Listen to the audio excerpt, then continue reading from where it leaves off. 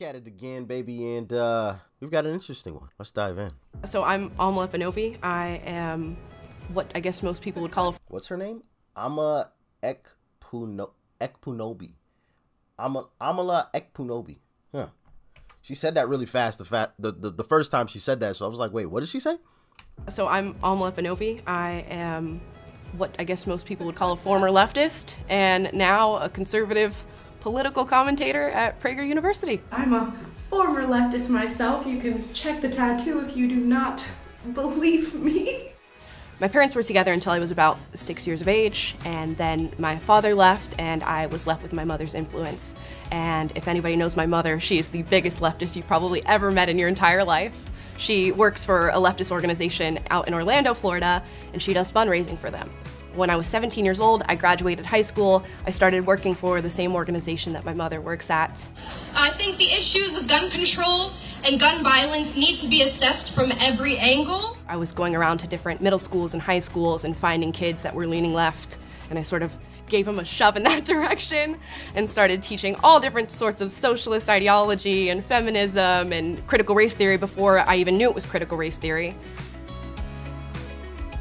I felt just generally unhappy in my life, and I didn't know why. And then every day I would go into work, and you would hear nothing but hate and hate and hate and hate, specifically from people who claim to be tolerant. A big part of— And I've touched on that before as well in several videos. I think one yesterday even. The very people that claim to be so tolerant and so inclusive, and, you know, it's all about love and, you know, all this other stuff, are the very ones that, when you disagree with them, in regards to the Steven Crowder video, I forgot the name of it.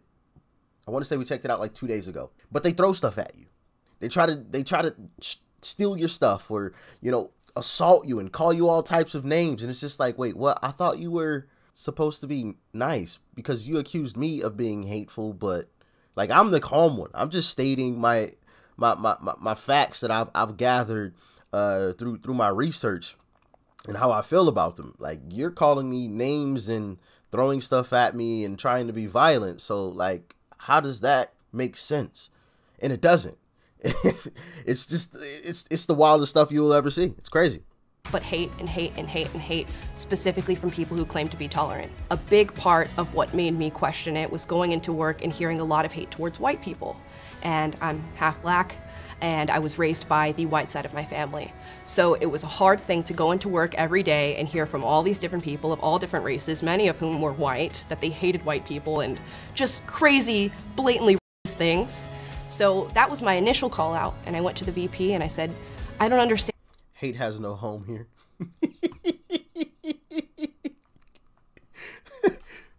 The very same folks that put this stuff up are the very ones that hate the most. So that was my initial call out, and I went to the VP and I said, I don't understand why you feel this way about white people. You have people at this organization who are white working with you. Should I feel that way about the family that's raised me? And he said, you don't understand how oppressed you really are. You should be angry, and I'm not here to make you feel better about your family. Something to that effect. Let's rate some hate comments from the tolerant left. First up, we have the very classic, "You're a coon." That was when I was like, oh, maybe I'm not on the right side of history on this one. And I found, you know, Larry Elder and Thomas Sowell, people at the Daily Wire. I found PragerU, and that was a light bulb moment for me. I did a full 180 spin. It was a big relief to realize that people were not out to get me. I grew up in a very conservative rural area. I was top of my class, valedictorian. I was surrounded by people who were white and conservative and never had any problems. But the ideology was so deep set in my mind that you couldn't have told me that there wasn't racism and patriarchy around me. So to realize that the systems and institutions in this country are actually founded to make me successful, that was such a big relief. It was one thing to feel deceived and tricked by the left, but it was another thing to get the relief that sort of comes along with conservatism and being able to know that you are fully accountable for how successful that you are. And it had gotten so bad in my daily life, just hearing ridiculous ideology and false narratives that I no longer believed in, that I felt the need to say something. So I hopped online and started making videos.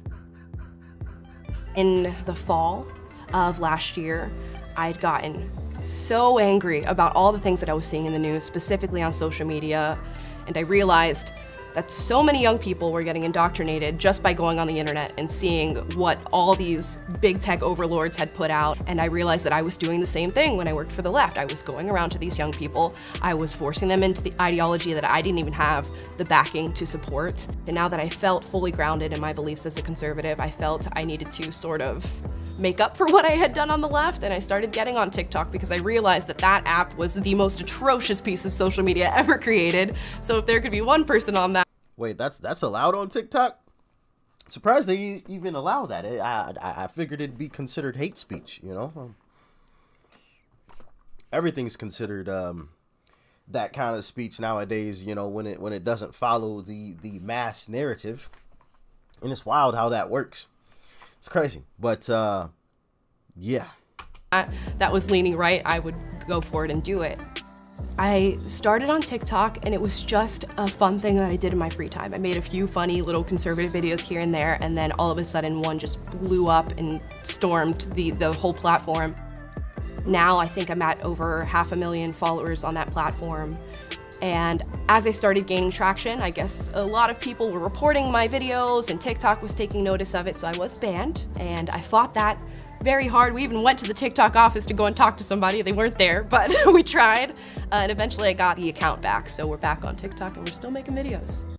Oh, so they did ban her for a short period of time. I wonder what was the reasoning, why they said they banned her. And I figured that would happen, because if you don't follow the narrative, it's considered H speech. I don't even want to say the word here on even on YouTube. You know what I mean? Because this video might get flagged or something. It's wild. It's crazy. And to hear like executives or I think it was the Twitter head lawyer or something say, "Oh no, this platform isn't whatever leaning." Like let's just be fair and may the best political side win. Like that's all I could even ask for. Right, left, listen, let's just keep it fair and may the best side win. I'm all about fairness. That's something that I think should be very, very important. And you look around at a lot of these platforms and you don't see fairness. You don't see it at all. And it's crazy. But y'all let me know what you think we could do about that in the future. I mean, because obviously Elon can't buy every social media platform. The most difficult challenge that I face is how deeply brainwashed people are in our society. And I've met a ton of people where it doesn't matter how many facts you put in front of their face, how many real-life examples you show them of people who have been successful and subscribe to conservative ideology, and showing people that this country is really great and that this country wants to be great for you. And it doesn't matter how much you tell somebody that. Sometimes they are just so deeply, deeply tricked that nothing ever breaks that barrier. I would say I'm a short-term pessimist, long-term optimist. I think things are getting worse. I don't particularly think that we're winning on our side here, but every time that I get a comment that says, "I never looked at it like that," or "You said something that I didn't know about," or "I had never heard that news story and you gave me a new perspective on that," then I'm saying, okay, we're winning the culture war a little bit and we're making a little bit of progress. You are nobody's victim.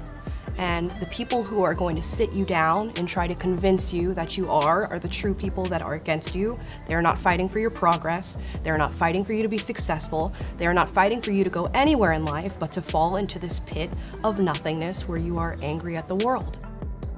Be a thinker and truly look for truth rather than emotion. That's what I would say. There we go. Look for truth rather than emotion. I love it. Perfectly said. Look for truth rather than emotion, because emotions can cloud your judgment. And I think we've all been there, you know, in certain situations or circumstances where we let our emotions kind of cloud our judgment a little bit. And sometimes you're wrong. And that's why I've always tried to state, you know, that I understand that I could be wrong on anything that I say in any of these videos. So don't think that I'm speaking from some type of high horse, you know, where I feel like I know it all, because I know that I don't know it all. I know that I could be wrong on anything. Very interesting video from Amala I forgot how she said her last name. Ekpunobi. I'm sure I butchered that. Sorry. But anyway, y'all let me know what you thought about this one in the comment section below. Like, share, comment, and of course, hit that subscribe button before you go. It's right up over there. Click that thing. And after you do that, check that video out too.